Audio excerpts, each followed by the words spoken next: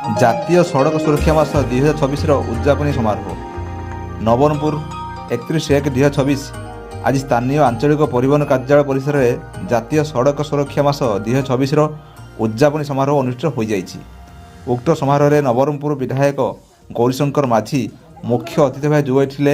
ସମ୍ମାନିତ ଅତିଥି ଭାବେ ଜିଲ୍ଲାପାଳ ଡକ୍ଟର ମହେଶ୍ୱର ସ୍ୱାଇଁ, ଅତିରିକ୍ତ ଆରକ୍ଷୀ ଅଧୀକ୍ଷକ ଆଦିତ୍ୟ ସେନ, ନିଖିଳ ଉତ୍କଳ ଆଇନଜୀବୀ ପରିଷଦ ଉପସଭାପତି ନୃସିଂହ ତ୍ରିପାଠୀ, DLSA ସଭ୍ୟ ତଥା ଆଇନଜୀବୀ କିଶୋର ପଟ୍ଟନାୟକ, ସହରାଞ୍ଚଳ ପ୍ରାଥମିକ ସ୍ୱାସ୍ଥ୍ୟ କେନ୍ଦ୍ର ସ୍ୱାସ୍ଥ୍ୟ ଅଧିକାରୀ ଡକ୍ଟର ପ୍ରିୟରଞ୍ଜନ ଦାସ, ଭାରତୀୟ ଜୀବନ ବୀମା ନିଗମ ନବରଙ୍ଗପୁର ଶାଖା ଅଧିକାରୀ ତୁଳସୀରାମ ମାଝୀ ଉପସ୍ଥିତ ଥିଲେ।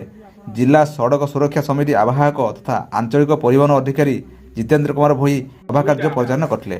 ମାନ୍ୟବର ବିଧାୟକ ନିଜ ବକ୍ତବ୍ୟରେ ସମସ୍ତଙ୍କୁ ସଡ଼କ ସୁରକ୍ଷା ନିୟମ ମାନିବା ଓ DL ଇନ୍ସୁରାନ୍ସ ସହ ଗାଡ଼ି ଚାଳନା କରିବାକୁ ପରାମର୍ଶ ଦେଇଥିଲେ। ଜିଲ୍ଲାପାଳ ଗାଡ଼ି ଚାଳନାରେ ସବୁବେଳେ ସତର୍କତା ରହିବା, ହେଲମେଟ୍, ସିଟ୍ ବେଲ୍ଟ ସହ ସୁରକ୍ଷିତ ଯାତ୍ରାକୁ ପ୍ରାଧାନ୍ୟ ଦେଇ କୌଣସି ଅନ୍ୟମନସ୍କତାକୁ ପ୍ରଣୟ ନ ଦେବା ପାଇଁ କହିଥିଲେ।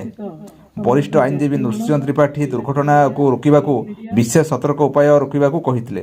ଆଇନଜୀବୀ Kishore Pattnaik motor vehicle act 1988, hit and run ଅନ୍ୟାନ୍ୟ ଦୁର୍ଘଟଣା ସମ୍ବନ୍ଧୀୟ ଆଇନ ସହାୟତା ଉପରେ ବିଶେଷ ଆଲୋଚନା କରିଥିଲେ।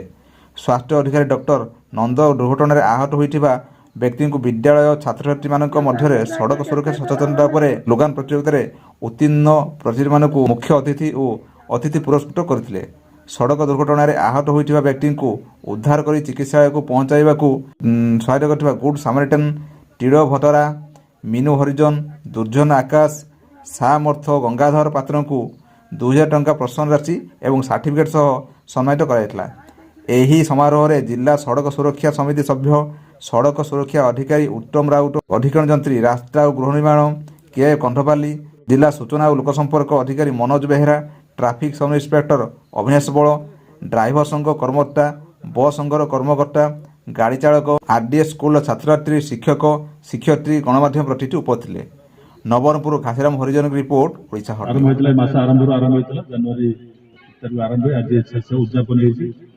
ଏହା ପୂର୍ବରୁ ମଧ୍ୟ ସଡ଼କ ସୁରକ୍ଷା ସପ୍ତାହ ମଧ୍ୟ ଆମେ ପାଳନ କରିଥିଲେ।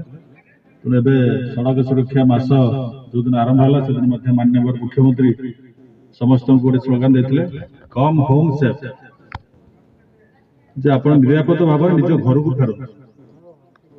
ତେଣୁ ସମସ୍ତେ ଯେତେବେଳେ ଆମେ ବାହାରୁଛନ୍ତି କୌଣସି ନା କୌଣସି କାର୍ଯ୍ୟରେ, ତେଣୁ ଆମ ମନ ଭିତରେ ସେଇଟା ଆମର ରହିବା ଦରକାର ଯେ ଆମେ କିପରି ଭାବରେ ନିରାପଦ ଭାବରେ ଆମ ନିଜ ଘରକୁ ଫେରିବା।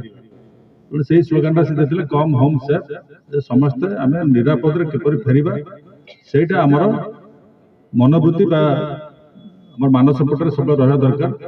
ଯେ ଆମେ ଯେତେବେଳେ ଘରକୁ ଯାଉଛନ୍ତି, ଘରୁ ବାହାରିକି ଯାଉଛନ୍ତି କୌଣସି କାମରେ, ତେଣୁ ଆମେ ସବୁବେଳେ ପ୍ରିକସନ୍ ନେଇକି ଯିବା ଯେ ଯେମିତି ଆମେ ନିଜେ ନିରାପଦରେ ଆମେ ଘରକୁ ଫେରିବା ଏବଂ ଆମର ଯୋଉ ପରିବାର ବର୍ଗ ଆମକୁ ଅନେଇକି ଥିବେ, ଅପେକ୍ଷା କରିଥିବେ, ସେମାନେ ଯେମିତି ଆମର ମୁହଁକୁ ଦେଖିପାରିବେ। ତେଣୁ ସେହିପରି ଭାବରେ ଆମେ ସବୁବେଳେ ପ୍ରିପେୟାର୍ଡ ହେଇକି ଯିବା। ତେଣୁ ସବୁବେଳେ ଆମେ ଜାଣିଛନ୍ତି ପ୍ରିଭେନ୍ସନ୍ ଇଜ୍ ବେଟର ଦେନ୍ କ୍ୟୁର।